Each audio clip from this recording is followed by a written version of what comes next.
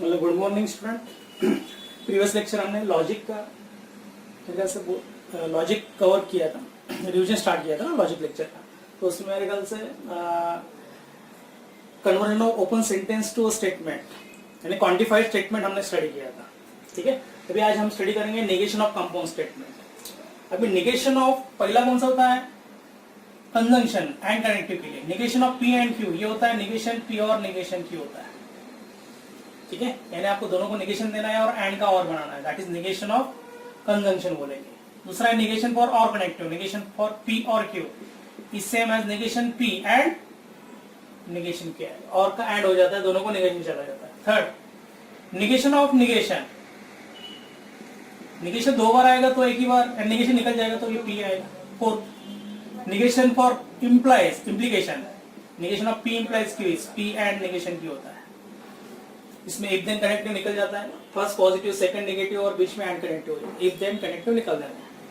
Fifth negation of P double implies Q, that is by conditional statement pattern. इसमें होता है alternate होता है पी एंड नेगेशन क्यू और क्यू एंड नेगेशन पी। ठीक है, अब इसमें क्वेश्चन आ जाता है right the negation of the following. तो आपको ये सब रूल्स आपको याद रखने हैं। यानी suppose they are right the negation of दिया होगा, suppose P and negation R implies R और negation Q दिया है, सपोज इसका negation लिखना है। तो हम क्या करेंगे, पहले होल ब्रैकेट को negation लगा देंगे, negation of P and negation R implies R और negation Q। ओके, फिर इसमें कनेक्टिव कौन सा है? दो ब्रैकेट के बीच में इम्प्लीकेशन का साइन है ना, इफ देन कनेक्टिव है, तो इफ देन के लिए ये रूल अप्लाई होगा, negation of P implies Q is first positive second negative और बीच में एंड इफ देन निकल देना है। तो इसमें फर्स्ट ब्रैकेट ये एक्स ले लेंगे और ये वाई, तो क्या बनेगा, ये पी एंड नेगेशन आर वैसे ही रहेगा एंड बराबर, और वाई को नेगेशन लगाएंगे, सेकंड ब्रैकेट को नेगेशन लगेगा, नेगेशन ऑफ आर और नेगेशन क्यू। अभी इस ब्रैकेट के बाद नेगेशन है तो नेगेशन फॉर और कनेक्टिव जोड़ देंगे, नेगेशन फॉर और कनेक्टिव, दोनों को नेगेशन चला जाएगा एंड और का क्या बनेगा, एंड बनेगा। इसमें भी क्या होगा, देखो ये तो ब्रैकेट फर्स्ट ब्रैकेट वैसे रहेगा, P and negation R and negation R और का क्या बनेगा, and negation of negation Q. फिर ये नेगेशन हटा देंगे तो ये बनेगा P and negation R and negation R and Q आ जाएगा। तो ये फाइनल आंसर आएगा नेगेशन ऑफ गिवन स्टेटमेंट। ठीक है, अब इसमें स्टेटमेंट भी आ सकता है, right the negation of the following, यानी इफ देन का स्टेटमेंट रहेगा, if you are good in mathematics then you are good in logic, good in logic। अब ये सपोज स्टेटमेंट दिया है, इफ देन का आपको इसका नेगेशन लिखना है। ठीक है, if you are good in mathematics then you are good in logic. तो इसका अभी क्या करना है, आपको नेगेशन लिखना है, तो इफ देन कनेक्टिव को निकाल देना है। फर्स्ट स्टेटमेंट क्या लिखना है आपको, पॉजिटिव यानी एज इट इज वैसे रखना है, you are good in mathematics and और but लिखेंगे तो भी चलेगा, और and की जगह but भी लिखेंगे तो भी चलेगा। और सेकंड क्या रहेगा, नेगेटिव। देखो ना यार, रूल है ना अपना, P and negation Q, first positive है एज इट इज वैसे रखना, पॉजिटिव है एज इट इज वैसे रखना है, एंड और but बीच में एंड और but डालना है, बराबर है। और देन का आगे सेकंड स्टेटमेंट रहेगा, उसका नेगेशन लिखना है, but not good in logic, not good in logic, बस ये हो जाएगा नेगेशन। ये क्वेश्चन आ सकता है, right the negation of the following. तो आपको ये सब 5 रूल्स आपको याद रखना है, इसके हिसाब से आपको क्या करना है, नेगेशन लिखना है। ये मैंने फर्स्ट एग्जांपल लिया इन सिंबॉलिक फॉर्म का, और ये वर्बल टाइप का यानी वर्ड टाइप का क्वेश्चन रहेगा, तो इस फॉर्म में आपको लिखना है। स्टेटमेंट फॉर्म में रहेगा तो स्टेटमेंट फॉर्म में ही आपको क्या करना है, लिखना है, that is the negation of compound statement. Okay, note this.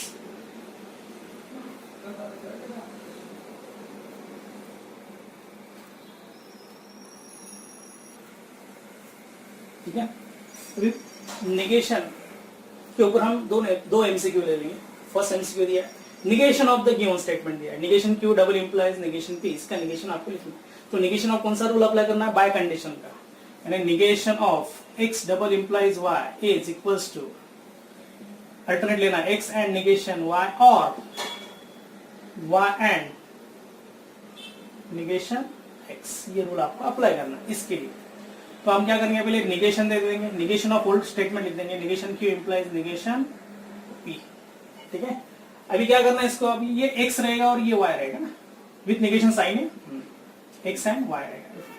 Alternate करना, अभी एक्स निगेशन क्यू ऐसे रहेगा एंड इसका निगेशन लेना है, पी को ऑलरेडी निगेशन है, निगेशन ऑफ निगेशन पी, चलो लिख ही देता मैं, चलो। और अभी निगेशन पी वाई वैसे रखना है, निगेशन पी वैसे रखना and negation of negation x यानी निगेशन क्यू लेना है। तो क्या बनेगा ये देखो, अभी निगेशन क्यू एंड पी बराबर है, और निगेशन पी एंड क्यू आने वाला है। तो कौन सा आने वाला है, negation Q and P or negation P and Q, यानी ऑप्शन कौन सा रहेगा, डेफिनेटली ऑप्शन नंबर सी रहेगा। Okay, note this. उसके बाद which of the following is logically equivalent to, next MCQ दिया। अभी इस ब्रैकेट के बाहर निगेशन है, निगेशन आपको रूल तो लगाना है, इसके लिए इफ देन के लिए negation of X implies Y, क्या होता है X and negation of Y, first positive second negative बीच में ऐड आएगा। तो निगेशन ऑफ, देखो निगेशन पी इंप्लाइज क्यू, अब ये रूल लगा देंगे, first statement as it is वैसे रखना है, उसको निगेशन साइन रहेगा तो भी वैसे के वैसे रखना है, ये एक्स है और ये वाई, ये आपको ध्यान में रखना है। तो क्या बनेगा ये, फिर निगेशन पी तो वैसे रहेगा एंड, बराबर है, और क्यू को निगेशन देना है, निगेशन ऑफ क्या रहेगा, तो negation P and negation Q, कौन सा ऑप्शन रहेगा, डेफिनेटली डी रहेगा, option D, negation P and negation. Okay, note this.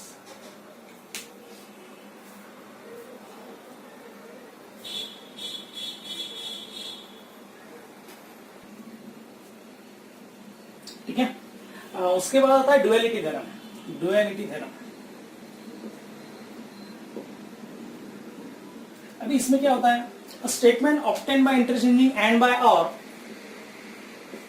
और बाय एंड, और टोटोलॉजी बाय कॉन्ट्राडिक्शन, टोटोलॉजी हमेशा स्मॉल टी से डिनोट करते हैं, tautology by contradiction, small C यानी कॉन्ट्राडिक्शन होता है, और कॉन्ट्राडिक्शन बाय टोटोलॉजी, और ट्रू बाय फॉल्स और false by true, in that statement is known as dual of a given statement. यानी दिया हुआ स्टेटमेंट का आपको डुअल लिखना है, सपोज यानी P or negation Q and false दिया, अब इसका निगेशन लिखना है। निगेशन में क्या करना है, आपको सिर्फ एंड की जगह और डालना है, और की जगह एंड डालना है, फॉल्स रहेगा तो ट्रू, ट्रू रहेगा तो फॉल्स डालना है, निगेशन रहेगा तो उसमें कुछ चेंज नहीं करना है। तो ये क्या बनेगा, देखो पी वैसे रहेगा, और का क्या करना एंड, निगेशन क्यू वैसे रहेगा, नो चेंज, एंड का क्या रहेगा और फॉल्स का क्या रहेगा ट्रू। ये क्या बनेगा, डुअल ऑफ गिवन स्टेटमेंट। ठीक है, तो वैसे एमसीक्यू क्या है, देखो अभी the dual of a statement F और in bracket Q and sorry P and Q, इसका डुअल क्या रहेगा, देखो अभी ट्रू, फॉल्स की जगह ट्रू डालना, और की जगह एंड डालो, पी वैसे ही रहेगा, एंड की जगह क्या रहेगा और क्यू, तो क्या रहेगा ट्रू एंड पी और क्यू, ट्रू और पी एंड क्यू, यानी कौन सा रहेगा, डेफिनेटली ऑप्शन बी रहेगा। इस सिंपल लॉ है duality theorem. Okay, note this.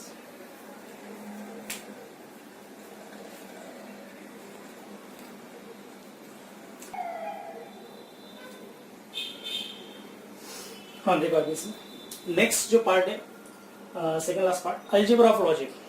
ठीक है ना, अभी लॉजिक में कुछ रूल्स होते हैं, ये हम अप्लाई करेंगे। आपको सपोज सिंबॉलिक फॉर्म में कुछ स्टेटमेंट दिया है और वो सिंप्लीफाई करना है, तो उसमें कुछ रूल्स आपको ऐड करना है। एंड फर्स्ट जो लॉ है that is known as commutative law, यानी P and Q is same as Q and P. Commutative law और क्यूमुलेटिव लॉ, पी और Q is same as Q और पी। ठीक है, सेकेंड लॉ जो है associative law, P and in bracket Q and R रहेगा suppose, इसमें आप ग्रुप बदल सकते हैं, सब जगह कनेक्टिव सेम है, तो आप ऐसा भी लिख सकते हैं, पी एंड क्यू को ग्रुप बना देंगे, एंड आर वैसे रखेंगे, that is known as associative law. ये कौन सा लॉ है, एसोसिएटिव लॉ। वैसे ही ये और का भी हो सकता है, यानी एंड की जगह और रिप्लेस करेंगे तो सेम लॉ बन जाएगा, सब जगह और लिख दो, बराबर है। तो ये बनेगा पी और क्यू, इससे और क्या बनेगा, आर बनेगा, इसमें भी ग्रुप मैंने बदला। थर्ड जो लॉ रहेगा डिस्ट्रीब्यूटिव लॉ। डिस्ट्रीब्यूटिव लॉ में क्या होता है, देखो P or in bracket Q and R connective different होते हैं। देखो तो हम डिस्ट्रीब्यूटिव लॉ देखो मैथ्स में कैसे लगाते हैं, ए इंटू ब्रैकेट बी प्लस सी, क्या होता है ए बी प्लस ए सी, यानी ए से पहले बी को मल्टीप्लाई करेंगे प्लस साइन देंगे, फिर ए को सी से मल्टीप्लाई करेंगे। तो ये और यानी इंटू साइन है और ये प्लस साइन है, ऐसा समझ लो। तो कैसे बनेगा लॉ, देखो P और Q, बराबर P और Q एंड वैसे रहेगा, फिर से P और से R को मल्टीप्लाई करना, P और R। ये कौन सा है, डिस्ट्रीब्यूटिव लॉ है। ये और एंड है, एंड और भी हो सकता है। P and in bracket Q और R रहेगा, तो वैसे ही करना है। P एंड से पहले Q को मल्टीप्लाई करो, P एंड Q, बराबर है, और वैसे रहेगा, फिर से P एंड R। ये कौन सा लॉ रहेगा, डिस्ट्रीब्यूटिव लॉ रहेगा। तो आपको याद रखना है कनेक्टिव डिफरेंट होनी चाहिए, तभी डिस्ट्रीब्यूटिव लॉ अप्लाई कर सकते हैं। एंड और ही होना चाहिए, सेम कनेक्टिव रहेगा तो सिर्फ ग्रुप बदलना है, ठीक है। उसके बाद फोर्थ जो लॉ है, ये तो हो गया। उसके बाद फोर्थ लॉ जो है complement law, P and negation P and P or negation P। देखो P and negation P is always false और कॉन्ट्रडिक्शन होता है। देखो P की कौन सी वैल्यू सिलेक्ट कर लो, आपने फॉल्स सिलेक्ट कर दिए P की वैल्यू, तो एंड निगेशन P क्या रहेगा, निगेशन ऑफ फॉल्स क्या रहेगा, ट्रू रहेगा। और फॉल्स एंड ट्रू क्या रहता है, ऑलवेज फॉल्स ही होता है। एंड में दोनों ट्रू होने चाहिए तभी ट्रू आएगा, तो ये ऑलवेज क्या रहेगा, कॉन्ट्रडिक्शन होता है, that is false statement. And P or negation P उल्टा ले लेंगे, तो P सपोज मैंने ट्रू ले लिया, और तो निगेशन ऑफ ट्रू क्या रहेगा, फॉल्स, और ट्रू और फॉल्स क्या रहता है, ऑलवेज ट्रू होता है, तो ये ऑलवेज टॉटोलॉजी होगा। ये ऑलवेज क्या रहेगा, स्मॉल टी यानी टॉटोलॉजी। तो P or negation P always क्या रहता है, टॉटोलॉजी होता है, ओके। उसके बाद identity law, P and true, P and false, P or true and P or false, ये होता है आइडेंटिटी लॉ। देखेंगे इसमें क्या होता है। अभी एक कौन सा भी एक गिवन स्टेटमेंट रहेगा, उसको अटैच रहेगा ट्रू, और बीच में एंड कनेक्टिव रहेगा। देखो एंड की कंडीशन क्या है, दोनों स्टेटमेंट ट्रू रहेंगे तभी ट्रू आएगा, अदरवाइज फॉल्स रहेगा। तो P ट्रू रहेगा तो ट्रू एंड ट्रू आएगा, P फॉल्स रहेगा तो क्या रहेगा, फॉल्स एंड ट्रू क्या रहेगा, फॉल्स ही रहेगा। तो ये P पे डिपेंड है, सो इट इज P, ठीक है। P एंड फॉल्स, एंड में एक भी फॉल्स रहेगा तो भी फॉल्स, ये P पे डिपेंड ही नहीं है। एंड में एक फॉल्स रहेगा तो फॉल्स ही आने वाला स्टेटमेंट, तो ऑलवेज कॉन्ट्रडिक्शन ही आने वाला है। P ट्रू रहेगा तो भी ट्रू एंड फॉल्स फॉल्स ही रहेगा, फॉल्स भी रहेगा तो फॉल्स एंड फॉल्स फॉल्स रहेगा। अभी P और ट्रू, और में देखो, और में एक भी ट्रू रहेगा तो भी ट्रू ही आता है, ठीक है ना। तो ये P पे डिपेंड नहीं, P ट्रू रहेगा तो भी ट्रू ही आएगा, P फॉल्स रहेगा तो भी ट्रू ही आने वाला है, तो ये P पे डिपेंड नहीं, इसलिए ऑलवेज क्या रहता है, टॉटोलॉजी होता है ये always. P or true always tautology, but P or false ये P पे डिपेंड है। P ट्रू रहेगा तभी ट्रू और फॉल्स क्या रहेगा, ट्रू आएगा, बराबर है। और P जब फॉल्स आएगा तो फॉल्स क्या रहेगा, फॉल्स आएगा। तो ये किस पे डिपेंड है, P पे डिपेंड। तो P or false is always depend on P की वैल्यू पे डिपेंड रहेगा। ये कौन सा है, आइडेंटिटी लॉ। और कुछ आपको ये लॉ याद रखना है। उसके बाद एक लॉ है, कंडीशनल लॉ भी है, P implies Q is always equals to negation P और Q, ये आपको याद रखना है, कंडीशनल लॉ। उसके बाद बाय कंडीशनल लॉ भी है, P double implies Q is always equivalent to P implies Q and Q implies P। ये कौन सा है, बाय कंडीशनल लॉ, ये भी याद रखो, ठीक है। और उसके बाद एब्जॉर्प्शन लॉ है, P and in bracket P और R रहेगा सपोज, एंड और दोनों कनेक्टिव डिफरेंट है, बराबर। और एक वेरिएबल सेम होना चाहिए, वेरिएबल एंड एक स्टेटमेंट सेम होना चाहिए, इसका आंसर हमेशा P आएगा। उल्टा भी हो सकता है, अभी सपोज यहाँ Q दिया है, Q और in bracket P and Q रहेगा, तो still it is answer Q रहेगा। दो क्या रहे, सब कनेक्टिव सेम आ रहे हैं, बराबर ना। और एंड होना चाहिए, डिफरेंट कनेक्टिव होना चाहिए, तब भी आंसर क्या आता है, Q आता है। That is known as absorption law, ठीक है। ये सभी लॉ आपको कहाँ लगने वाले हैं, सिंपलेस्ट फॉर्म में। जब आपको क्या करना है, सपोज कुछ सिंबॉलिक फॉर्म में स्टेटमेंट दिया, आपको सिंप्लीफाई करना है, तब ये सब रूल्स आपको लगाने हैं। तो यही एमसीक्यू लिया देखो question number 4, which of the following is equivalent to, यानी आपको क्या करना है, यहाँ लॉ लगाने हैं और कौन सा ऑप्शन मैच हो रहा है देखना है। यानी ये आपको इक्विवेलेंट स्टेटमेंट जो दिया, इसका इक्विवेलेंट स्टेटमेंट निकालना है, यानी क्या करना है, आपको ये स्टेटमेंट सब रूल्स लगा के रिड्यूस करना है, और इसमें से कौन सा ऑप्शन मैच हो रहा है वो देखना है, ठीक है। तब तक ये नोट कर लो।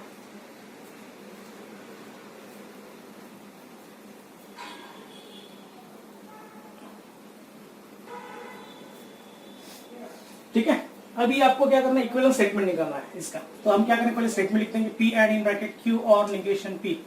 अभी यहाँ कनेक्टिव डिफरेंट है, एंड और अंदर कौन सा और है, तो कौन सा लॉ लगा देंगे, डिस्ट्रीब्यूटिव लॉ। यानी P एंड से आपको अंदर मल्टीप्लाई करना दो बार, पहले P एंड क्या रहेगा, Q, बीच में और रहेगा, और फिर से P एंड से निगेशन Q को मल्टीप्लाई करना, P एंड निगेशन P, बराबर है। फिर P एंड Q ऐसे ही रहेगा, और अभी यह कौन सा लॉ आएगा, कॉम्प्लीमेंट लॉ आएगा। P and negation P is always false. आपको वैल्यू याद नहीं आ रही तो आप P की वैल्यू कौन सी भी एक सिलेक्ट कर लो।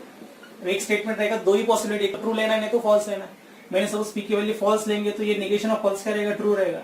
तो फॉल्स एंड ट्रू क्या होता है, ऑलवेज फॉल्स होता है। तो ये ऑलवेज क्या रहेगा, फॉल्स रहेगा। That is known as complement law, ठीक है। और यहाँ सपोज थ्योरी में प्रॉब्लम रहेगा तो आपको रीजन देना पड़ेगा, यहाँ लिखना पड़ेगा बाय डिस्ट्रीब्यूटिव लॉ। उसके बाद ये कौन सा लॉ अप्लाई किया, कॉम्प्लीमेंट लॉ अप्लाई किया, ये रीजन देना पड़ेगा।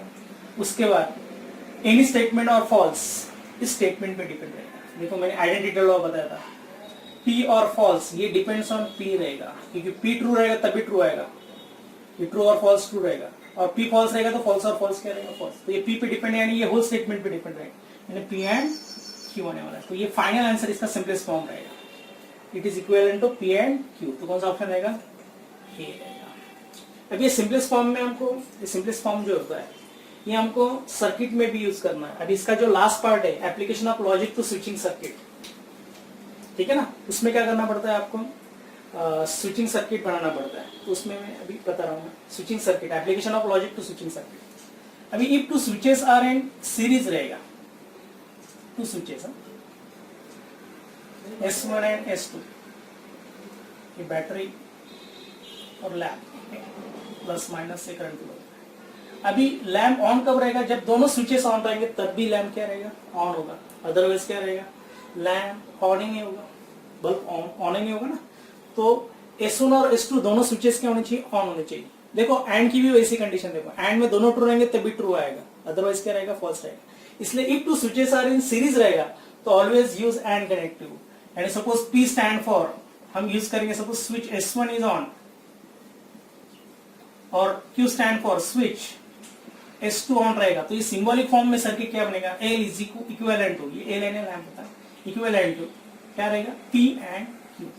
ये symbolic form of given circuit P and Q रहेगा। ये ऐसा भी लिख सकते हैं आप, स्विचिंग सर्किट S से डिनोट करते हैं, और या दो वेरिएबल है ना, यानी दो स्विचेस है तो P, Q लिखते हैं, और that is equivalent to P and Q। ये switching circuit in symbolic form, ठीक है। यानी अभी इसका स्विचिंग टेबल क्या रहेगा, अपन जनरल ट्रूथ टेबल बनाते हैं वैसे ही आपको ट्रूथ टेबल बनाना है, ठीक है ना, P एंड Q। लेकिन यहाँ ट्रू की जगह आपको क्या करना है, बिट्स यूज करना है, 1 यूज करना है, और फॉल्स की जगह आपको 0 यूज करना है, यानी 1 1 0 0 1 0 1 0। फिर एंड में क्या होता है, ट्रू एंड ट्रू ट्रू होता है, वैसे 1 एंड 1 1 ही रहेगा, यानी दोनों ऑन रहेंगे तभी ऑन रहेगा, अदरवाइज क्या रहेगा, ऑफ रहेगा, ठीक है ना। ये किसका है, स्विचिंग टेबल और input output table for this particular circuit, ठीक है। And if two switches are in series then always use and connective. And if two switches are in parallel रहेगा सपोज, तो ऑलवेज यूज और कनेक्टिव। देखो ये कैसे आ रहा है, देखो S1 S2 बैटरी लैम्प, चलो दिखा देंगे। अब इसमें लैम्प ऑन कब रहेगा, एक भी ऑन रहेगा तो भी चलेगा, S1 ऑन रहेगा तो भी चलेगा, S2 ऑन रहेगा तो भी चलेगा, लेकिन दोनों ऑफ नहीं होने चाहिए। दोनों ऑफ रहेंगे तो क्या रहेगा, करंट फ्लो ही नहीं होगा, तो लैम्प ऑन ही नहीं होगा डेफिनेटली। तो और कनेक्टिव में देखो, और की कंडीशन क्या है, दोनों फॉल्स रहेंगे तब भी फॉल्स होता है, बराबर। इसलिए if two switches are in parallel then always use or connective. तो आपको क्या करना है, और कनेक्टिव यूज करना है, P और Q।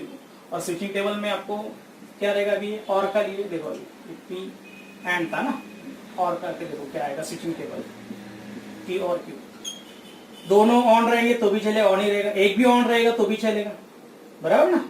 तो 0 और 1 1 ही रहेगा, 1 और 0 1 ही रहेगा, 1 और 1 1 ही रहेगा, लेकिन दोनों ऑफ रहेंगे 0 0, तो ऑलवेज सर्किट ऑफ ही रहेगा। तो ये स्विचिंग टेबल किसके लिए, और के लिए, ओके। और आपको याद रखना है, सपोज S1 डैश दिया होगा तो ये P स्विच S1 ऑन रहेगा, तो निगेशन P क्या रहता है, स्विच S1 ऑफ रहेगा, तो ये निगेशन P लेना पड़ेगा। यानी सपोज ये सिंबॉलिक फॉर्म में लिखना है तो निगेशन P और Q आएगा, S1 डैश का मीनिंग होता है निगेशन, ठीक है, इतना आपको याद रखना है। तो ये लास्ट पार्ट ऑफ लॉजिक है, application of logic to switching circuit. इसमें 3 टाइप के क्वेश्चन आएंगे, एक तो क्या करेंगे, स्विचिंग सर्किट देंगे और सिंबॉलिक फॉर्म में लिखना है, नहीं तो दूसरा आएगा सिंबॉलिक फॉर्म में दिया होगा, आपको स्विचिंग सर्किट ड्रॉ करना है, और थर्ड सिंप्लीफाई करना होता है। यानी स्विचिंग सर्किट क्या करना, पहले सिंबॉलिक फॉर्म में लिख के सिंप्लीफाई करके कम से कम स्विचेस आना है, ऐसा आपको डायग्राम बनाना है और उसमें ये लॉज यूज करने हैं जो अभी मैंने बताया, अलजेब्रा ऑफ लॉजिक के जितने भी लॉज है वो। ठीक है, नोट दिस।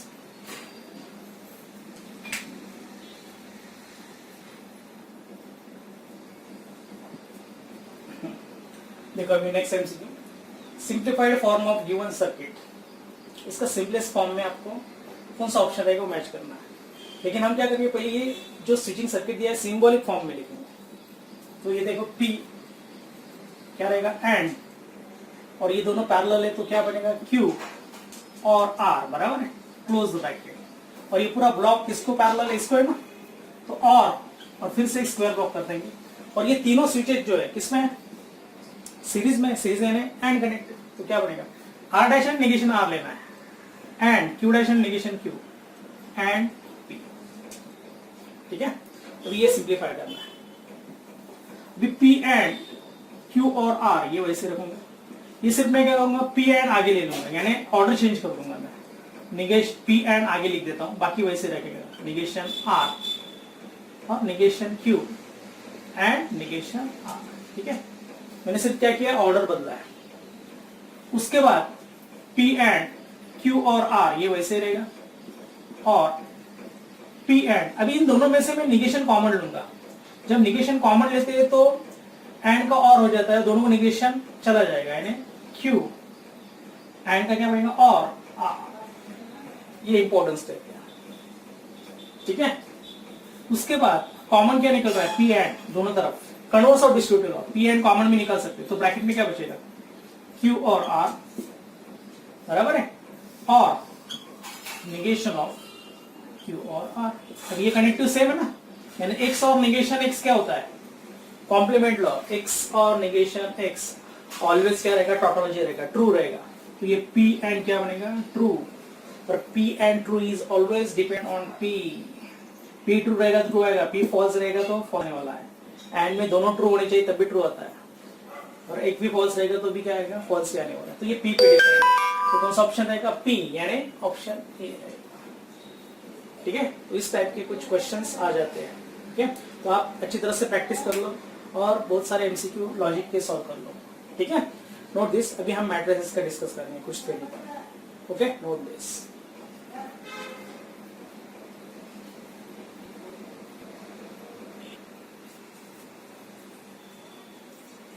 ठीक है, अभी मैट्रिसेस चैप्टर का रिवीजन करेंगे। अभी मैट्रिसेस में देखो, इसमें तो दो ही पार्ट में डिवाइड हुआ है। यूनिवर्स ऑफ अ मैट्रिक्स ये फर्स्ट पार्ट है, कॉलम ट्रांसफॉर्मेशन, और सेकंड जो है एप्लीकेशन ऑफ मैट्रिसेस है, बराबर ना। मैंने उसमें सॉल्यूशन ऑफ साइमल्टेनियस इक्वेशन आपको सॉल्व करने विद 2 वेरिएबल्स और विद 3 वेरिएबल्स। ठीक है ना, तो first inverse of a matrix, inverse होता क्या है, suppose if A and B are two matrices such that their product is, if both are non-singular matrix, if their product is unit matrix, then one of the matrix is known as inverse of other, यानी A is known as inverse of B और B is known as inverse of A। That is matrix print होता है A into A inverse is I और B inverse into B is equals to R। ये होता है matrix equation. ठीक है, और इनवर्स की बेसिक कंडीशन क्या है, कौन सा ही मैट्रिक्स का इनवर्स निकालना है तो फर्स्ट क्या होना चाहिए, नॉन सिंगुलर मैट्रिक्स होना चाहिए। and if determinant of A is not equals to 0 then and then A inverse exists। ये कंडीशन आपको याद रखना है। if determinant of A is 0 that is singular matrix रहेगा तो A inverse does not exist। ठीक है, ये पॉइंट याद रखना है। Third, determinant of A inverse निकालना है, is same as determinant of क्या होता है, 1 अपॉन डिटरमिनेंट ऑफ A होता है। ये भी आप पॉइंट याद रखो। A इनवर्स का डिटरमिनेंट यानी क्या रहता है, 1 अपॉन डिटरमिनेंट ऑफ A। उसके बाद fourth point, A B of inverse, दो मैट्रिक्स का इनवर्स लेना, प्रोडक्ट ऑफ मैट्रिक्स का इनवर्स लेना, is same as B inverse into A inverse. यानी बी इनवर्स और ए इनवर्स निकाल के उनका प्रोडक्ट लेंगे तो भी सेम आने वाला है, ऑर्डर चेंज हो जाती है। ठीक है, and fifth, B A inverse रहेगा तो वही आएगा, B A inverse is A inverse into B inverse आएगा। ठीक है, 6, अभी एडजॉइंट ऑफ मैट्रिक्स ए आपको पता है, एडजॉइंट ऑफ मैट्रिक्स ए क्या होता है, एडजॉइंट ऑफ मैट्रिक्स ए क्या होता है? Transpose of cofactor matrix. Cofactor matrix का क्या होता है? ट्रांसपोज होता है। ये आपको याद रखना है, ये हमने एडजॉइंट मेथड में सीखा है, यानी sorry to find the inverse by adjoint method. Adjoint of A हमेशा क्या होता है? कोफैक्टर मैट्रिक्स का क्या होता है? ट्रांसपोज होता है। ठीक है, अभी suppose adjoint of A matrix का डिटरमिनेंट निकालना है, is same as determinant of A raise to n minus 1 आने वाला है। ठीक है, यानी आपको एक तो एग्जांपल कौन सा रहेगा? 2/2 का रहेगा, नहीं तो क्या रहेगा? 3/3 का रहेगा। 2/2 का रहेगा तो n की जगह 2 डालेंगे, तो एडजॉइंट ऑफ ए का डिटरमिनेंट सेम है डिटरमिनेंट ऑफ ए। 2/2 के लिए क्या रहेगा? एडजॉइंट ऑफ ए का डिटरमिनेंट क्या रहेगा? डिटरमिनेंट ऑफ ए ही रहेगा, क्योंकि n की जगह 2 रिप्लेस करेंगे। और 3/3 के लिए क्या रहेगा? एडजॉइंट ऑफ ए क्या रहेगा? Determinant of A raise to 3 minus 1 2, determinant A square आने वाला है, बराबर ना? एग्जाम में एक तो 2/2 का रहेगा, नहीं तो 3/3 का रहेगा। तो ये आपको प्रॉपर्टी याद रखना है। ठीक है, एक प्रॉपर्टी एडजॉइंट ऑफ ए का डिटरमिनेंट निकालना है सपोज, तो ये हमेशा होता है determinant of A raise to n minus 1 square होता है। ये आपको याद रखना है। एडजॉइंट ऑफ ए का डिटरमिनेंट क्या रहता है? Determinant of A raise to n minus 1 का स्क्वायर होता है। 9th और सिर्फ एडजॉइंट ए निकालना है, तो ये होता है determinant of A raise to n minus 2 into A होता है। ठीक है, ये कुछ और दूसरा है 10th adjoint of A B is same as adjoint of B into adjoint of A होता है। ठीक है, वैसे 11th एडजॉइंट ऑफ और A B property A inverse of transpose is same as A transpose of inverse. A transpose of क्या होता है? Inverse होता है। वैसे पावर का भी हो सकता है। 12th A inverse of suppose cube रहेगा is same as A cube of inverse होता है। ठीक है, ये पहले प्रॉपर्टी नोट कर लो।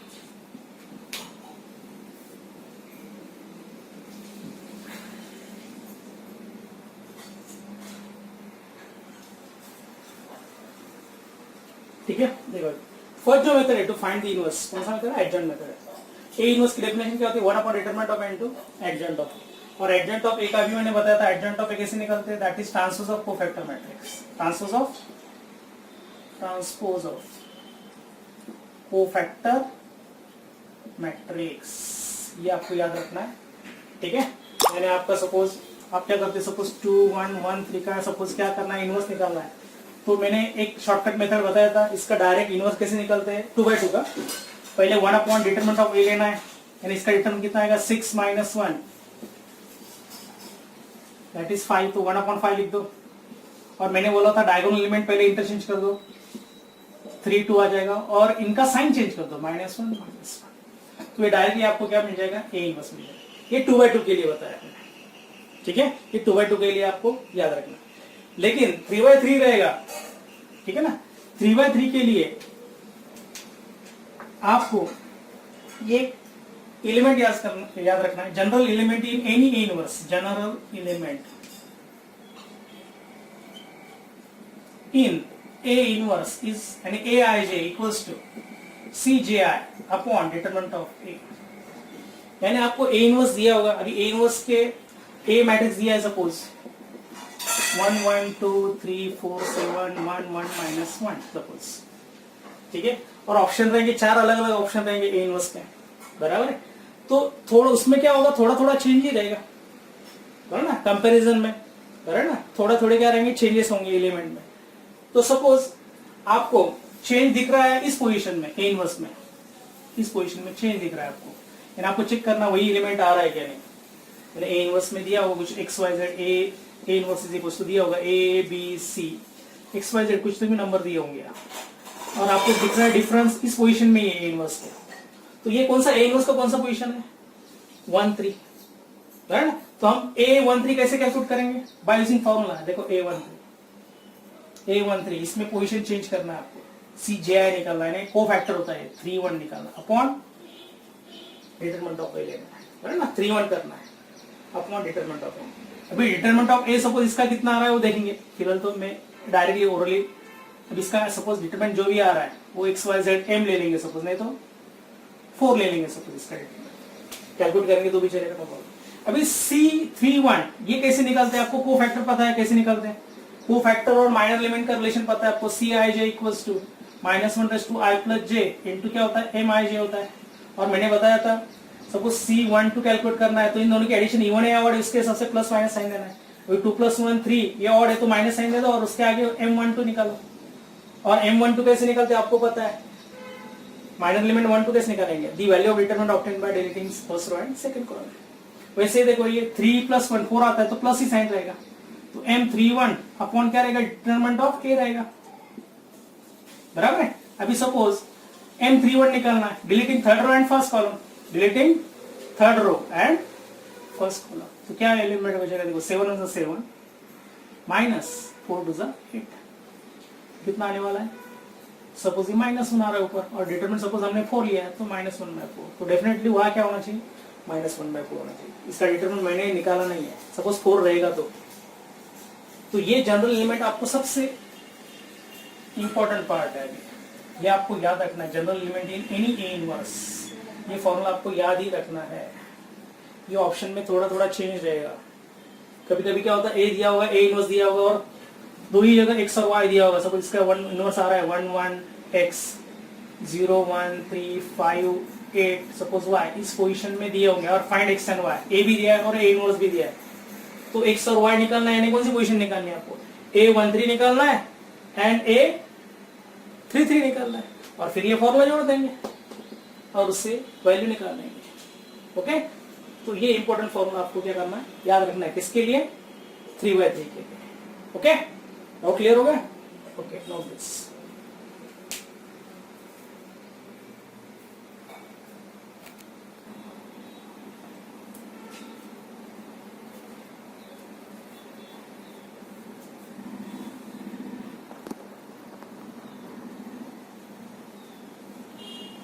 देखो अभी द इनवर्स ऑफ एग्जांपल ले लेंगे जनरल, ये इनवर्स के 4 अलग अलग ऑप्शन दिया, ठीक है, तो ये तो फॉर्मूला आपको यूज करना है। तो पहले तो हम क्या करेंगे, पहले डिटरमिनेंट निकालेंगे, इस मैट्रिक्स का डिटरमिनेंट क्या आ रहा है, क्योंकि इसके हिसाब से 1/7 1/7 1/6 नहीं तो -1/6, 7 आ रहा है तो नहीं तो 6 आएगा, कुछ तो भी वैल्यू आने वाली, तो हम पहले इसका डिटरमिनेंट निकालेंगे।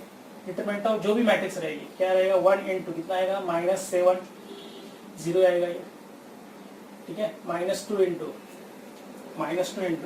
कितना आएगा 0 ही आएगा, +3 × 0 ही आने वाला है, यानी कितना आने वाला है डिटरमिनेंट ऑफ कितना आना है -7 आ रहा है।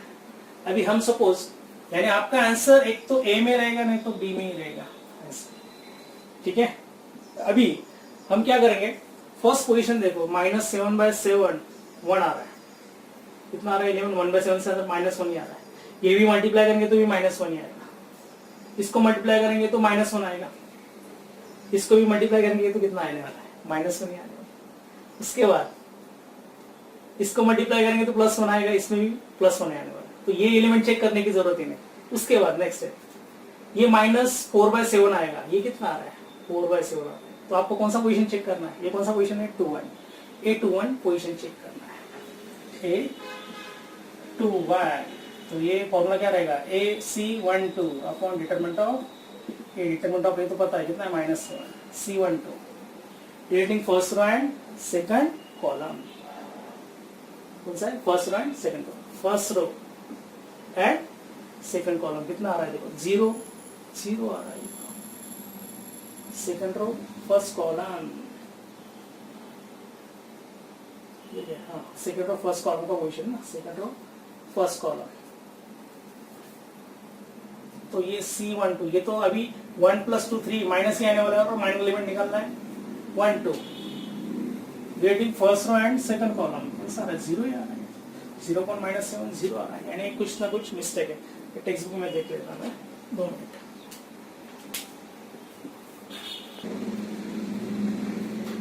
ठीक है, वो क्वेश्चन नहीं हटा देंगे, वो गलत ही था क्वेश्चन पूरा, बहुत प्रिंटिंग मिस्टेक थी इसमें, ठीक है। चलिए वही उसी टाइप का क्वेश्चन लेंगे, A is given then A inverse is, 4 अलग अलग ऑप्शन दिए, ठीक है। अभी हम क्या करेंगे, पहले डिटरमिनेंट ऑफ ए निकालेंगे, कितना आ रहा है देखेंगे, डेफिनेटली 1 नहीं तो -1 ही आने वाला है।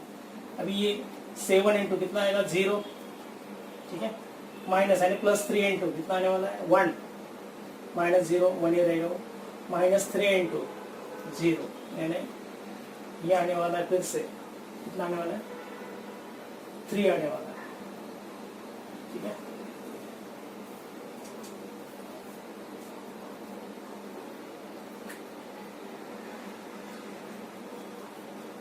इसमें भी मिस्टेक है, ओके।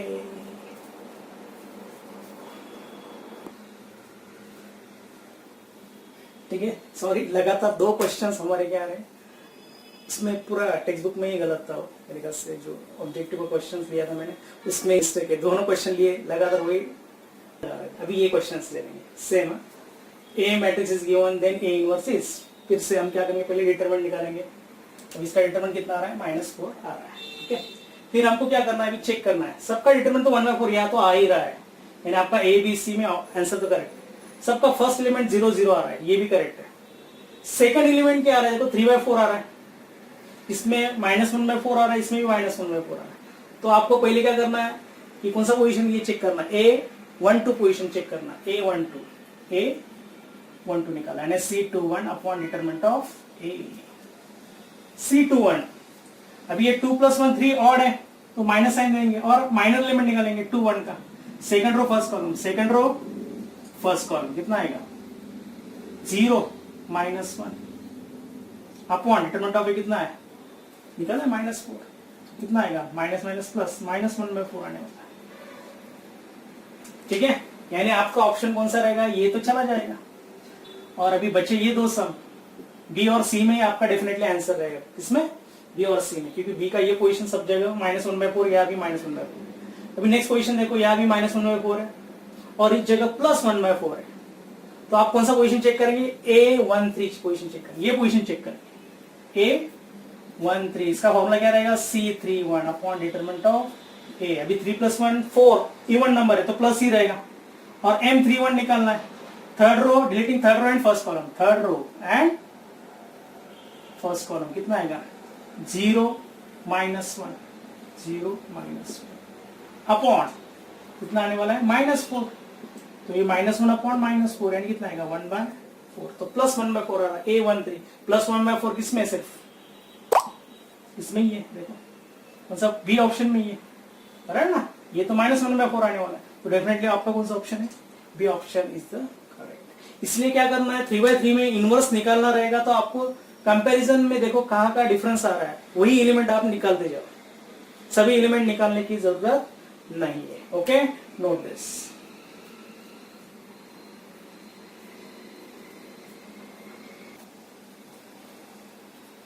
देखो अभी next question, if matrix A is given 2/2 matrix, then A into adjoint of A। अभी और एक आपको प्रॉपर्टी याद रखना है, A into adjoint of A और adjoint of A into A is always equals to determinant of A into R। ये property आपको याद रखना है, मेरे ख्याल से एक्सरसाइज में भी ये क्वेश्चन है आपके पास, prove that A into adjoint of A is determinant A into R। तो ये प्रॉपर्टी आपको याद रखना है, कौन सा भी मैट्रिक्स रहेगा, 2/2 नहीं तो 3/3 रहेगा, तो A into adjoint of A is always होता है determinant of A into R। इन ऑप्शन क्या रहेगा आपका, C, ओके। उसके बाद third MCQ, A matrix is given then cofactors of third row के कोफैक्टर पूछे उन्होंने, थर्ड रो, ये थर्ड रो है ना, रो 1 रो 2 रो 3, तो ये कौन सा पोजीशन है, A31 A32 एंड A33, तो आपको कोफैक्टर कौन सा निकालना है, C31 निकालना है, C32 निकालना है, C33 निकालना है। ये 31 यानी अभी इनके दोनों की एडिशन देखेंगे, प्लस माइनस क्या आ रही है, यानी इवन या ऑड, इन दोनों की एडिशन देखेंगे, 3 + 1 4, इवन है तो प्लस आएगा, 3 + 2 5 तो माइनस आएगा, 6 तो प्लस आएगा, और माइनर लिमिट रहेगा M31 M32 एंड M33, तो M31 निकालेंगे, deleting third row and first column, third row and first column delete करेंगे, तो कितना आएगा, -3 -1 दैट इज -4, पहला एलिमेंट -4 दो जगह, तो ये ऑप्शन तो चला जाएगा, ठीक है, यानी A एंड D चला जाएगा, तो आपका ऑप्शन B और C में। नेक्स्ट एलिमेंट, ठीक है, हम अभी कौन सा एलिमेंट चेक करेंगे, डायरेक्टली यही एलिमेंट चेक करेंगे, कौन सा 3 करेंगे ना चेक, कौन सा 3 अभी प्लस ही दिया हो, ठीक है, M33 deleting third row and third column, कितना आएगा फिर 1 - 2 -1 यानी कौन सा रहेगा, डेफिनेटली आपका कौन सा बी करेक्ट रहेगा, फिर ये निकाल दो, ये भी चलेगा। और मिडल का डेफिनेटली 5 आने वाला, देखो आप चेक करके 3 2, third row and second column कितना आएगा, -3 -2 -3 -2, ये माइनस साइन ऑलरेडी प्रेजेंट है, -3 -2 +5 आएगा डेफिनेटली, तो -4 5 एंड -1, तो ऑप्शन कौन सा रहेगा, B is the correct option. Okay, तो हम नेक्स्ट लेक्चर में और कंटिन्यू कर लेंगे मैट्रिसेस का। अभी देखो रो और कॉलम हम एमसीक्यू में उसकी जरूरत नहीं रहती, उनको थ्योरी में ही रो और कॉलम की जरूरत होती है, बराबर ना। तो एमसीक्यू में हम उनको इनवर्स पूछा रहेगा तो वो थोड़ी बोलेंगे यार रो से करना है कॉलम से करना है, आप डेफिनेटली एडजॉइंट से ही करोगे, यानी जो मैंने अभी जनरल एलिमेंट इनवर्स बताया उससे ही करोगे आप, बराबर ना, तो बेटर रहेगा। फिर हम क्या करेंगे नेक्स्ट लेक्चर में, इसका कुछ एप्लीकेशन रहेगा और कुछ और एमसीक्यू सॉल्व करेंगे मैट्रिसेस, ठीक है, और फिर ट्रिग्नोमेट्रिक फंक्शन स्टार्ट कर देंगे। ओके, तब तक रिवीजन करते रहोगे। Okay, good bye, have a nice day.